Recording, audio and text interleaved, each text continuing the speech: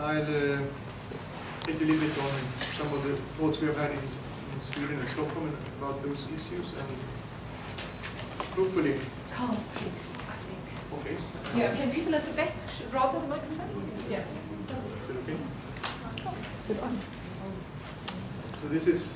I think that's not on. Sorry. Hello? Yes, it is on. Yeah, there we go. So this goes back a little bit to what Vanja and Ulsi talked about, basically to broaden up our mindsets a little bit from what we do and normally do. And here is my mindset, which to some extent is pretty broad, but maybe need to be revised also. But in my mind, and in the way we work on those issues, if the planet doesn't function in a nice way, it's very hard for us to be on it as a species, basically. So we're looking at people as embedded parts of the planet and shaping it now, as Ulsi also illustrated, not only locally and regionally, but also globally. And simultaneously, we're absolutely fundamentally dependent on a functioning planet to be around here at all. And now we have moved into this era of the Anthropocene, where we are shaping it at also global scales.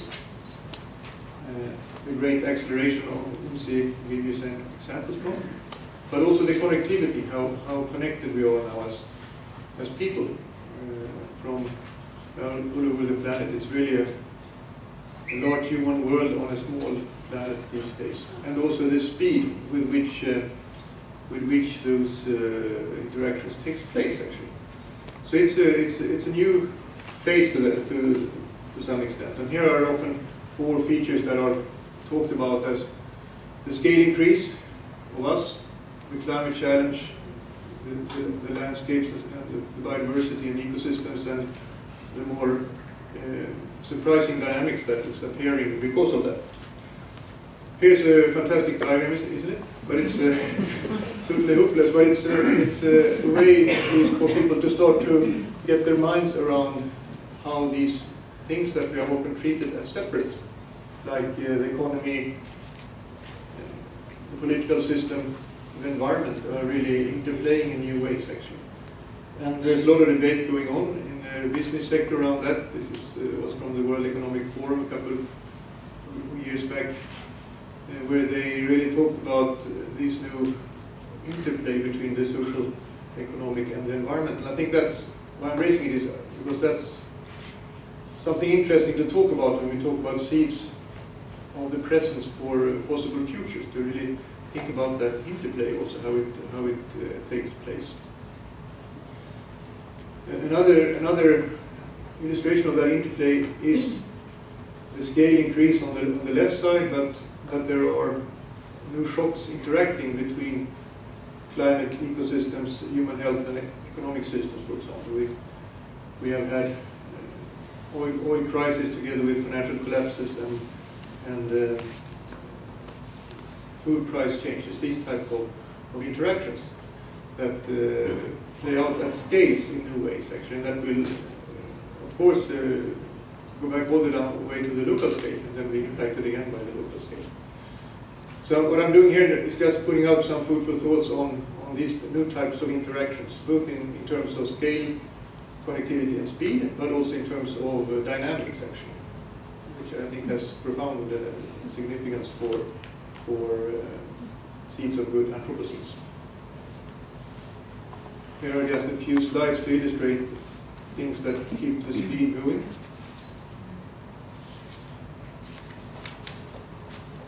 And it could be Twitter, but it's Facebook connections.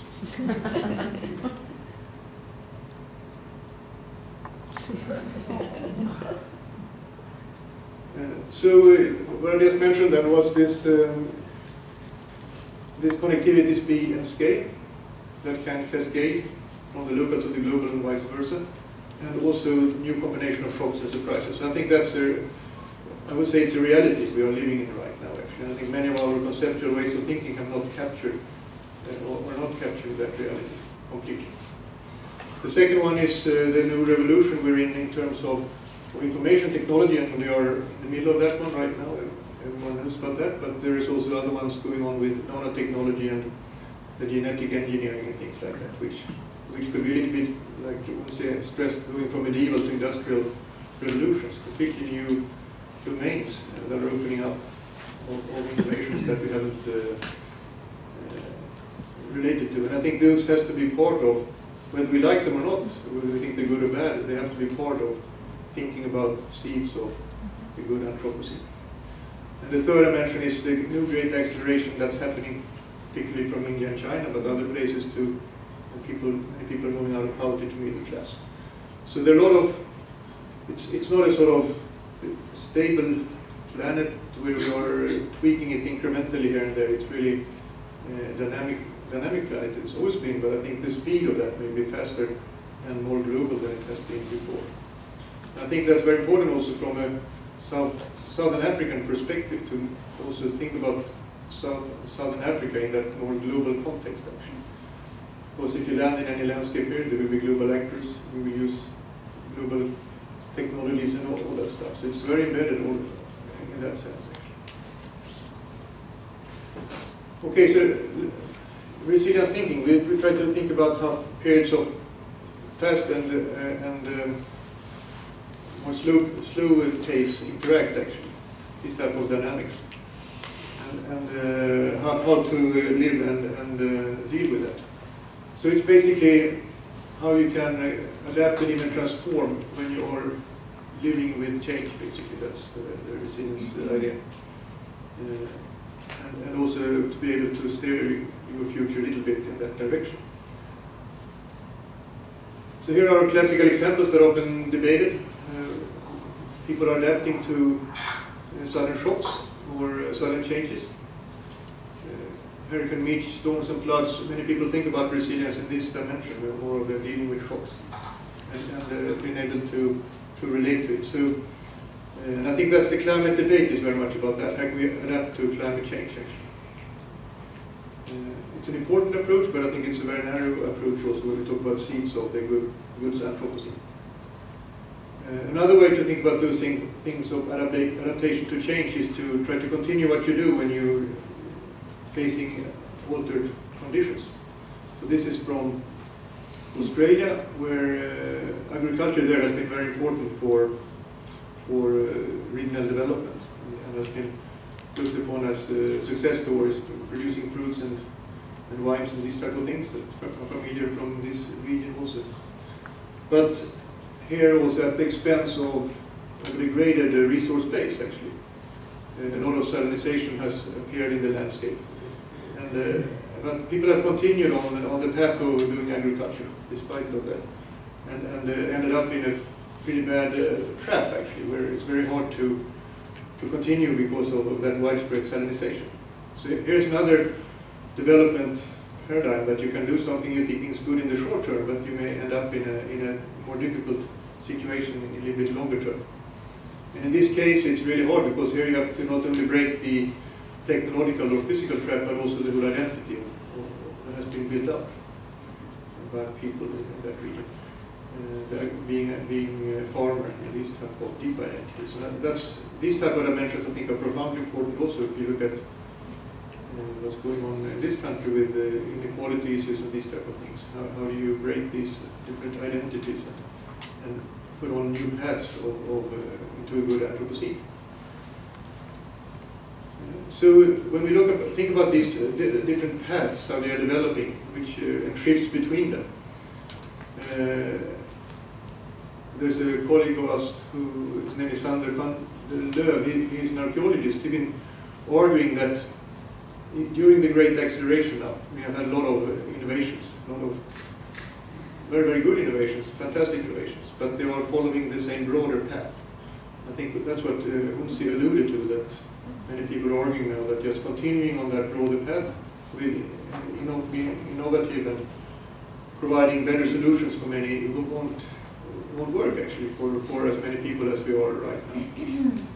So the question is really to you, diverse pathways on the current path or on new paths, or traps or transformations, when, at what levels and at what scales can those happen? Shifts, of course, are very important. Here's a very sort of physical representation of a shift. from one state to another, a pathway from one to another, a trajectory to another. I think these are core issues for seeds of the good Anthropocene, to envision some of those potential trajectories. And of course, how they can happen very rapidly, tipping points of regime shifts and threshold effects, and these type of things. And Unsi mentioned also this Holocene era, which has been a very favorable phase for us, Homo sapiens on Earth, and that's where we have started with agriculture, and the greater civilizations have appeared in that phase, actually. And is a good Anthropocene trying to maintain ourselves exactly in that phase, or is it moving into another type of phase? I think it would be very hard if we went back to a similar phase as the one earlier on during the last 100,000 years of very varying climate conditions, when we're in a situation with 60% in urban areas, for example. And these type of dynamics also are interesting to think about when we talk about seeds of the good Anthropocene. And also mentioned the conditions for that. We talked about the safe operating space in that context.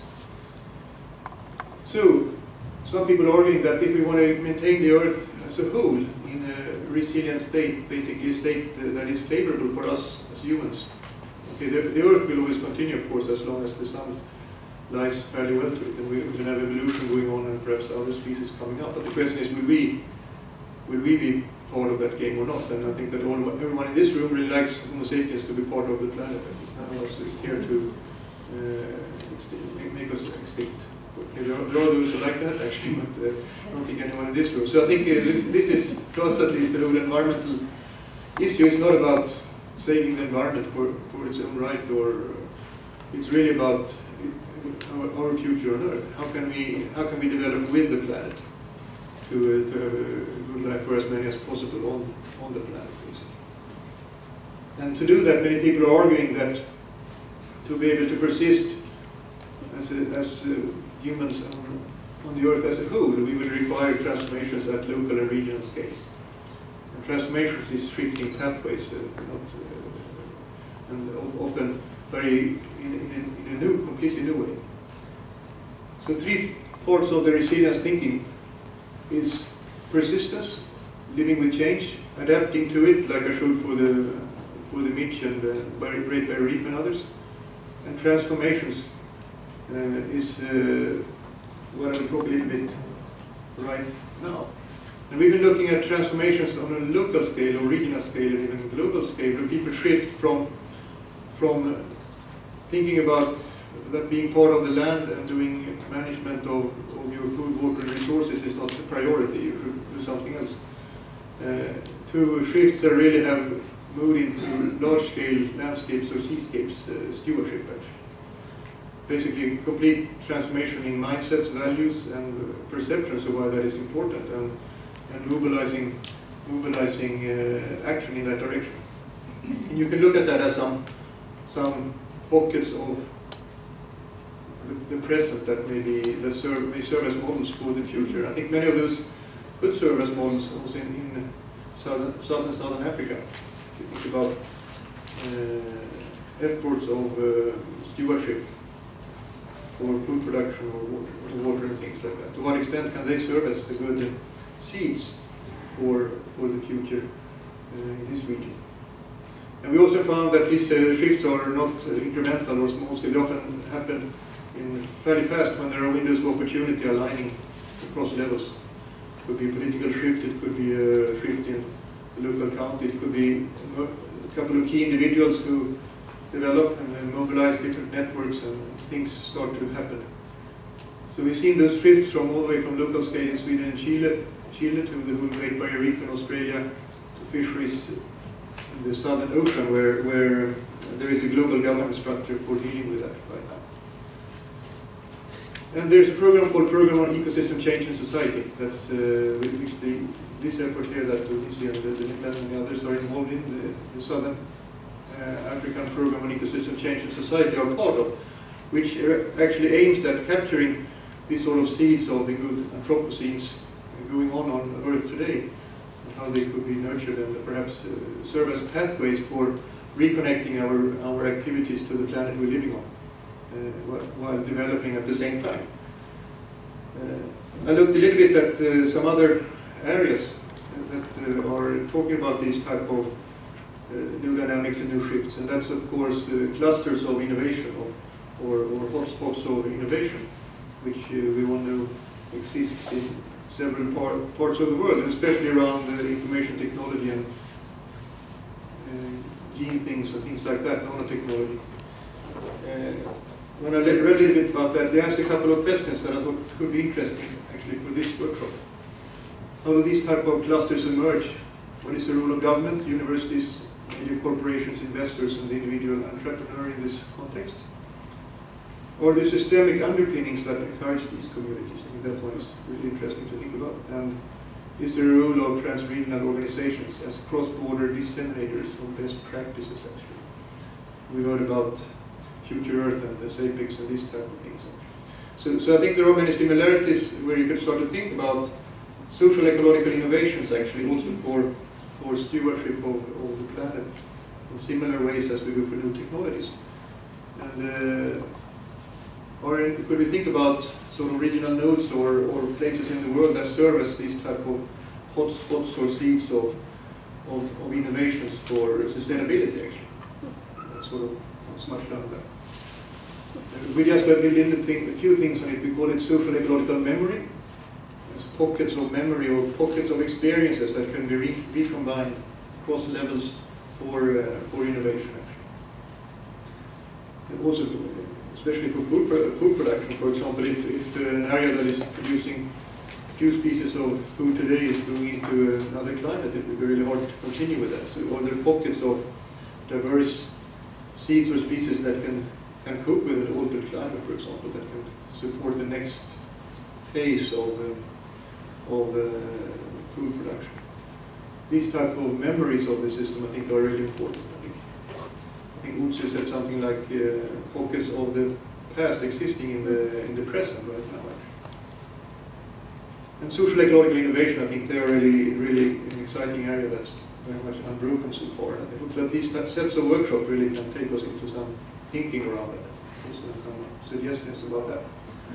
And then another domain is, of course, when we're dealing with complexity, there are features that we just have to be able to continue, and that's what we call general resilience features, actually. Features like try to understand what we do, diversity and redundancy, connectivity, how do we deal with that, slow variables and feedbacks, learning experimentation, broad participation, and different forms of governance that are not totally connected all the time.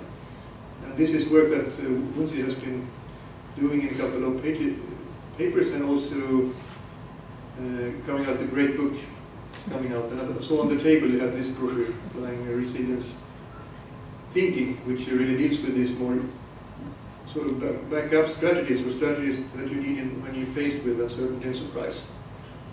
You can't have everything thought out. You have to have a sort of insurances waiting in the mix. And these are features of that insurance. Okay, so we're talking about really trying to think about transformations. How can we shift pathways from that going right up should be more of a business as usual, more of what we have been doing, that probably won't work. So we have to figure out new ways of doing it. And we worked on some pieces with the STEPS Center in the UK to start to think about a little bit about that before the Rio +20 conference. So we sort of framed it then in some broader scales, some planetary and also social boundaries at global scales, and allowing for a lot of different emergence and pathways within that broader frame of the Good Anthropocene, which we think has to be fairly similar to the Holocene era, otherwise it may be too turbulent. Okay, I think that's all. Thank you very much.